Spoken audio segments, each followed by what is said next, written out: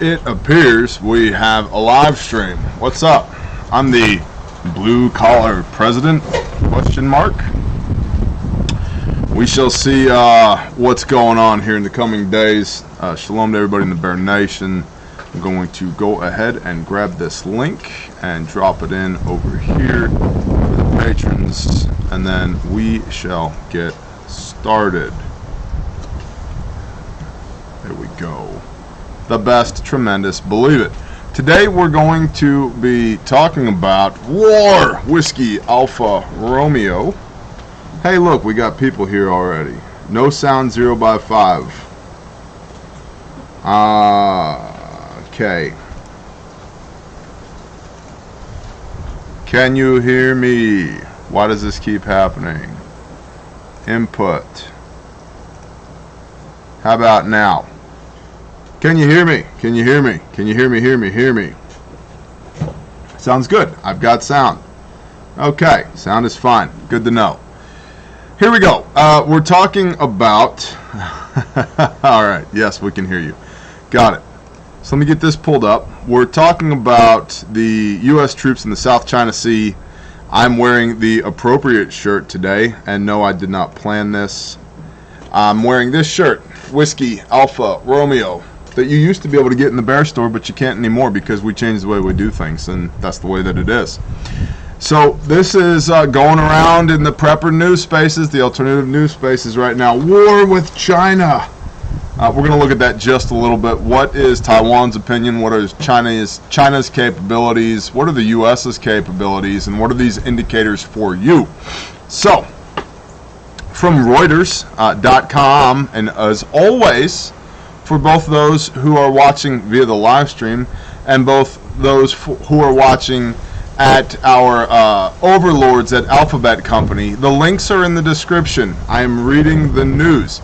I'm not pontificating. I will editorialize a little bit. I will offer a little bit of my opinion, but all of the links are in the description, both on YouTube and on Patreon.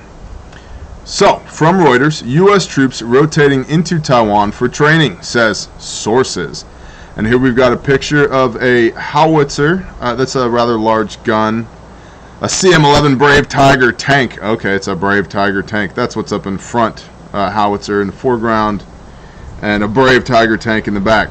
From Washington, Dateline 7 October, which is yesterday, via Reuters, small numbers of U.S. Special Operations Forces have been rotating into Taiwan on a temporary basis to train with Taiwanese forces. Two sources familiar with the matter said on Thursday, speaking on the condition of anonymity. The Pentagon, which historically has not disclosed details, about U.S. training or advising of Taiwan forces, did not specifically comment or confirm the deployment. Quote, I don't have any comments on specific operations, engagements, or training, but I would like to highlight that our support for and defense relationship with Taiwan remains aligned against the current threat posed by the People's Republic of China, says Pentagon spokesperson, spokesman, spokesthing, spokeshim, I don't know, John Supple. Taiwan's defense ministry declined to comment, saying only that, quote, all military exchanges are carried out in accordance with annual plans. Now, we don't know how many are there. There's varying reports from as many as 40 to as many as 50,000. Don't know. Few thousand Marines with 1 or 2 SF elements likely, but who knows? Asked on Friday about reports on U.S. troops, Chinese Foreign Ministry spokesman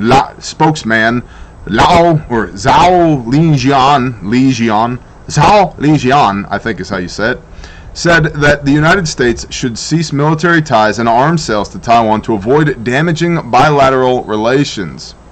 Quote, the U.S. side should fully recognize the great sensitivity of the Taiwan issue, he told a regular daily briefing. China will take all necessary measures to protect its sovereignty and territorial integrity. And therein lies the rub. There's the sentence we were looking for. China will take all necessary measures to protect its sovereignty and territorial integrity. This is what, to the extent that people are spun up in a tizzy, this is what they're spun up about. Could this be a hot war, a shooting war with JINA? Yes. Today? Maybe. Probable? Probably not today. However, as we were going to see a little bit later in the brief, China keeps flying into Taiwanese airspace. They keep motorboating up and down. Yes, laugh at that. The South China Sea. They are making their presence known. And if we are in their backyard, which we are, presenting our military might and prowess, that's probably going to piss them off at some point. Viking Preparedness, Pastor Joe Fox, or Joe Fox now, had a video that he posted yesterday where he made the comment, and I would agree, that the Eastern way of thinking, the Asian way of thinking, is they don't like to be embarrassed. And so if we poke them enough times with our actions in that region, they have a duty, a responsibility, a cultural duty and responsibility to respond to that, to respond back. They can't lose face. And so that seems to be the issue here. Are we going to get into a hot war with JINA? China sees Taiwan as a wayward province and has not ruled out taking the island by force. Taiwan says it is an independent country and will defend its democracy and freedom. The sources declined to say how long the training had been going on, but suggest it predated the Biden administration, which came into office in January. While at least one Asian media outlet had previously reported on such training, any kind of official U.S. confirmation could further aggravate U.S.-China relations at a time when Beijing is carrying out muscular military exercises near Taiwan. The Wall Street Journal published details on the training, citing unidentified U.S. officials earlier on Thursday. The article says, I wouldn't rule out the possibility that Beijing is aware of this. You think? Of course they're aware of this. Have been since day one. Making this public will compel the Chinese to react, and they will likely do so by stepping up pressure on Taiwan. And the article goes on from here. If you feel like reading it, go for it. Related-ish in the sense that it illustrates some of our capabilities in the region, from yahoo.com, news.yahoo.com. U.S. nuclear-powered submarine hits an unknown object in South China Sea amid regional tensions. And this is a video here. You got some hip-looking young fella here with cool glasses and a manicured goatee that's going to tell you all about it on CBS Morning News if you watch the video. A U.S. Navy submarine struck an unknown underwater object in South China Sea over the weekend. 11 sailors were injured, but none sustained life-threatening wounds. Remy Inoceneno reports. Okay, cool. This is just illustrating that, yes, in fact, we have nuclear-capable submarines, and it says nuclear-powered. Believe me, they're nuclear-capable submarines in the South China Sea. So we, that's us, the United States, Estados Unidos, have this capability in the South China Sea. Additional capability in the South China Sea from 29palms.marines.mil. Looking here at the MLR, or the Marine Littoral Regiment. Littoral not being like, I am like literally like starving to death right now. Not that kind of literal. Literal means within X number of miles from the coast. I believe it's 10 miles. It could be 12 miles of the coast. That region from the moment you hit the beach to about 10 or 12 miles out is called a littoral zone. Littoral. So not like literally, like littoral. The Marine Littoral Regiment is one of the larger force designs part of the larger force design intended to remedy challenges created by the continued evolution of the character of warfare, specifically the proliferation of the mature precision strike regime. An MLR will be self-deployable, multi-domain force optimized for the contact and blunt layers. It will persistently operate across the competition continuum in contested spaces and indirect action to support the joint forces' role in assuring allies and partners, deterring adversaries, conducting and enabling joint force contact, blunt, and surge activities. The MLR is designed as a naval formation, including capabilities to enable maneuver and operations in the maritime domain. It will be a stand-in force, mobile, low signature, persistent in contact to blunt layers. The whole point of it is to engage. Engage where? Within 10-12 miles of the shore. What's on the shore? Anybody seen Saving Private Ryan? D-Day? Okay. Soften up the beachheads. We're going in, boys. and relatively easy to maintain and sustain as part of a Naval Expeditionary Force, or a MU. Well, that'd be a Marine Expeditionary Unit. MLRs will leverage the full ability of amphibious platforms, connectors, and boats. Significantly, the Navy and Marine Corps will field a light amphibious warship to enhance the MLR mobility and sustainment. We're going to look at the LAW, or light amphibious warship, next. The MLR will be capable of the following missions: conduct expeditionary advanced base operations, gaining a foothold; conduct strike, softening up the beachheads; coordinate air and missile defense actions. Oh no, they're shooting back. Support maritime domain awareness. This is our sea, bro. Support surface warfare. Hey, we got guys over there, they're in trouble. Support operations in the information environment. Collect and relay data. The MLR planned for Hawaii will be the first of its kind in the Marine Corps. Subsequent MLRs will potentially be based in other Pacific Theater locations. So we're going to stand this up, we're going to base it out of Hawaii, makes sense, and then if we need more of them, we'll put them in other Pacific Theater locations. So that's the Marine Littoral, like super Littoral Regiment. It's like, I really like Marpat and Coyote, it's super. So, the light amphibious warship, or the LAW. This is what it looks like. There's an image up on your screen. Can I do some zoomy zooms? There we go. That's what it looks like. That's a rendering, clearly designed. I see a Sea Whiz up on top. It's like there's a forward mounted, probably, I don't know, 20 millimeters, something like that. It's got a helipad, you know, for H-60s or whatever. And it's designed to operate within 10 to 12 miles of the coast. So, the light amphibious warship is designed to fill the gap in capability between the Navy's large multi-purpose amphibious warfare L-class ships and smaller short-range landing craft, such as the landing craft utility and the landing craft air cushion. In other words, we're concerned that we're going to be doing some warfare in the oceans and where the oceans meet the land, and we got these big old ships that can sit way back here in the deep water, and we've got these little boats that can operate in the shallow water. We don't have anything in between, so we need some type of something to put in there to increase our capability in these regions, like the South China Sea.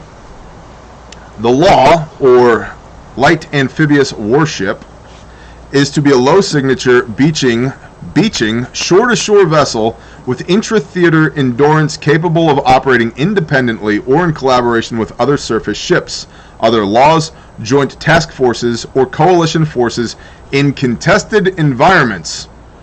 In support of distributed maritime operations, littoral operations in a contested environment, expeditionary advanced base operations, take the beachhead boys, across the competition conflict spectrum. Competition conflict spectrum. Contested areas. Hey, this is my playground. Nope, it's my playground. Alright, I'll meet you behind the schoolhouse at 4 o'clock and let's do this thing. Okay? Now, Taiwan officials call the China situation the most severe in decades amid Chinese military actions. This is from MSN.com. A Taiwan official called the situation with JINA the most severe in decades amid increased Chinese military action. Do we still have a live stream? Are we allowed to have a live stream? We do indeed have a live stream. Fabulous. Tremendous. Believe it. Believe it. So here we have 5, I can count, 5 Chinese airplanes flying through the air, spraying chemicals into the air, you know, because Mother Earth and all that. China's People's Liberation Army capped off 4 days of sustained pressure in the region with a record-setting 56 planes flying off the coast of Taiwan on Monday. While the flights occurred in international airspace, Taiwanese defense forces fear any escalation. I imagine they do. Taiwanese Defense Minister Chiu Kuo-cheng described the situation to legislators Wednesday as the most severe in 40 years since I've enlisted.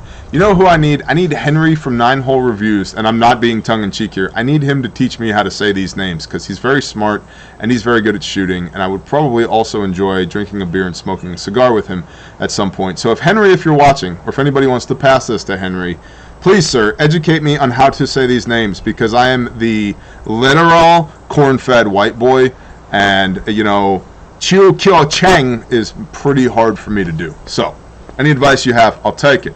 Back to the article. The United States called China's action risky and destabilizing as the U.S. and other Western nations increase their naval presence in the region. While most agree that war is not imminent, Taiwanese President Tsai Ing-wen warned that more is at stake if Beijing makes good on past threats to seize the island by force if necessary. Quote, if Taiwan were to fall, the consequences would be catastrophic for regional peace and the democratic alliance system, she wrote in an impassioned op-ed in Foreign Affairs magazine published Tuesday. It would signal that in today's global contest of values, authoritarianism has an upper hand over democracy. Well, the question here, or one of the questions here, is does the United States respect the agreements it makes with its allies? I don't know if anybody remembers Trashkanistan, and I'm in no way putting that on the boots on the ground. This is a leadership issue that led to our Afghan drawdown being the debacle that it was. Can Taiwan depend on the United States, depend on our word to do what we said that we would do? Well, we're there with Marines and SF, okay. Does that mean we're going to get directly involved? I don't know. I mean, why do we need to maintain the South China Sea?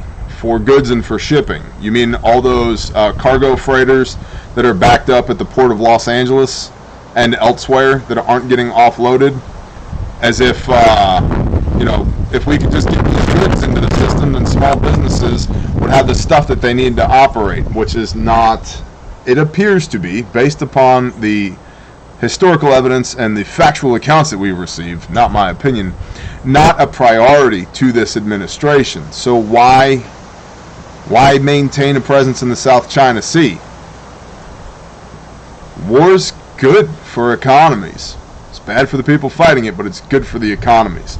So, but it begs the question, whose economy? In the big scheme of things, the puppet masters, is the United States supposed to win this war? My guess would be no, based upon the current leadership that we have here in the United States of America and their appetite for war and their demonstrated trustworthiness thus far. There's a whole bunch more article here. If you want to read it, you can read it. The gist of the article is Taiwan is worried because of Chinese aggression and the United States is near China and Taiwan. So if you want to check that out, you can. We'll bounce back over here just for a moment. Shalom to all the blue wrenches. What's up, everybody? Sanctified Supply Code, Daniel Kirkland, Easton Williams, Raincat. I appreciate you boys and girls for being here. Relatively quick brief today. The real question is, are we going to war with China? The answer to that is yes. The next question is, when? I don't know. And I think what really has people spun up about this is it seems as if it has accelerated the timeline, much like everything else going on in the world, accelerated timeline where this could happen now much quicker because of this revelation of the Marines and USSF in Taiwan, which is clearly a threat to the Chinese, which the Chinese likely have known about all along because they've got ears everywhere, including here in the States. Remember that whole General Milley passing information to the Chinese about potential U.S. aggression toward them? Yeah, they know what's going on. The thing is, now they have an open source information. It's out there now that, hey, the United States is there. And so that puts the onus back on China to respond. The question is, how are they going to respond? And when are they going to respond? So if they respond quickly and severely, could we have war? Yes. If they respond slowly and it's rhetoric, no. How does this affect you? What would you do differently if you knew war was coming? Like, it's coming. And if the answer is a whole bunch, then you should just go ahead and do those whole bunch of things right now. Just go ahead and do them. Or at least start. I think most of our audience is moderate to professional level preparedness minded individuals. But if you're new here, there's no shame in that. Thank you for being here.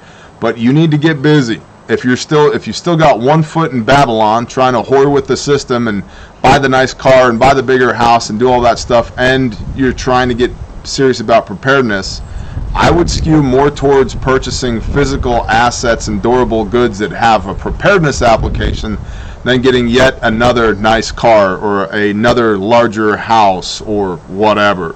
I'd get busy doing the things, and I recommend our playlist at Bear Independent, the YouTube channel Bear Independent, the Prepper Classroom, on the specificity of what things to do and how to do them.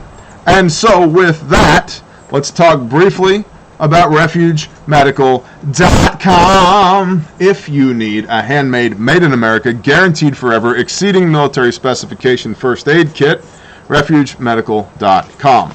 This is the SOB kit. I tossed one of these while we were in Roanoke, Virginia, to a Marine that was in the process of training 140 of his Marines on TCCC, Tactical Combat Casualty Care. And you know what he said?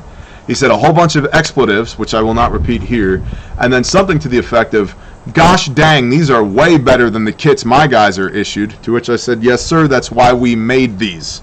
They exceed military specification, both in quality and capability.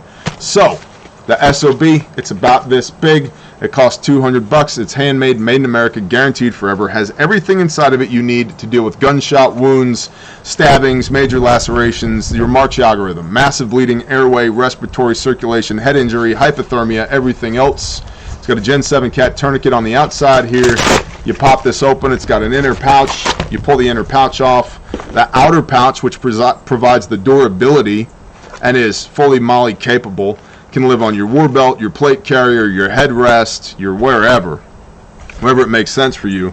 Then the inner pouch comes out, and you've got everything inside this tiny little pouch that weighs as much as one loaded AR magazine that you need. You got a decompression needle, you've got a Sharpie, you've got gloves, you've got combat gauze, you've got a mini compression bandage, compressed gauze for wound packing, you've got a nasal pharyngeal airway, you've got 2 hyphen chest seals, fold flat duct tape, and more. All this and more. So you can get these as well as our other kits, the Cub kits. There's a few pink camo Bearfax left, and we may be sold out of the Helpful and Girly kits. Go look.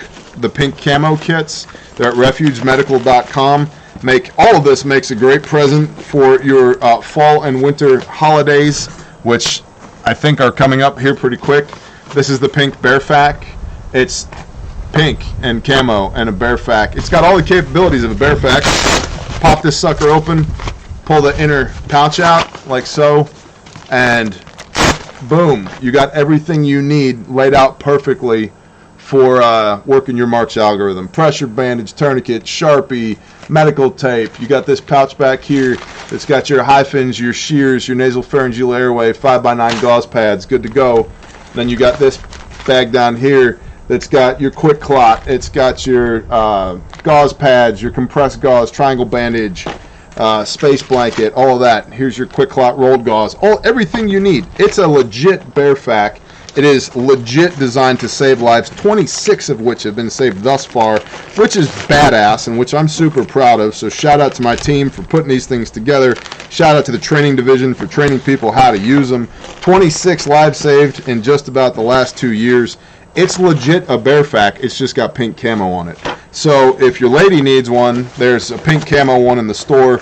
If you need one, there's Coyote, there's Multicam, there's Marpat Woodland, there's OD Green, Ranger Green, Gray, red with reflective striping, black, hell, I don't know what all colors we have anymore. M85 or M81 Woodland, M80 something Woodland camo. It's all there, RefugeMedical.com. I appreciate you supporting our small businesses. And of course, over here, whole bunch of new dates at Refuge Training. A whole bunch of new dates at Refuge Training, including a new class at Refuge Training, RefugeTraining.com. So, if you have a first aid kit and you don't know how to use it, and you need tactical medical training, RefugeTraining.com. Our instructors are awesome. We get excellent reviews on the training that we've done. You've got the Essential Responder class in Dallas. That's a 2-day class, and that's the Level 1, Level 2, and Level 3 training. So this is Stop the Bleed, March Algorithm, CPR, AED, Force on Force, and scenario-based training all over 2 days. You got that in Dallas, Texas.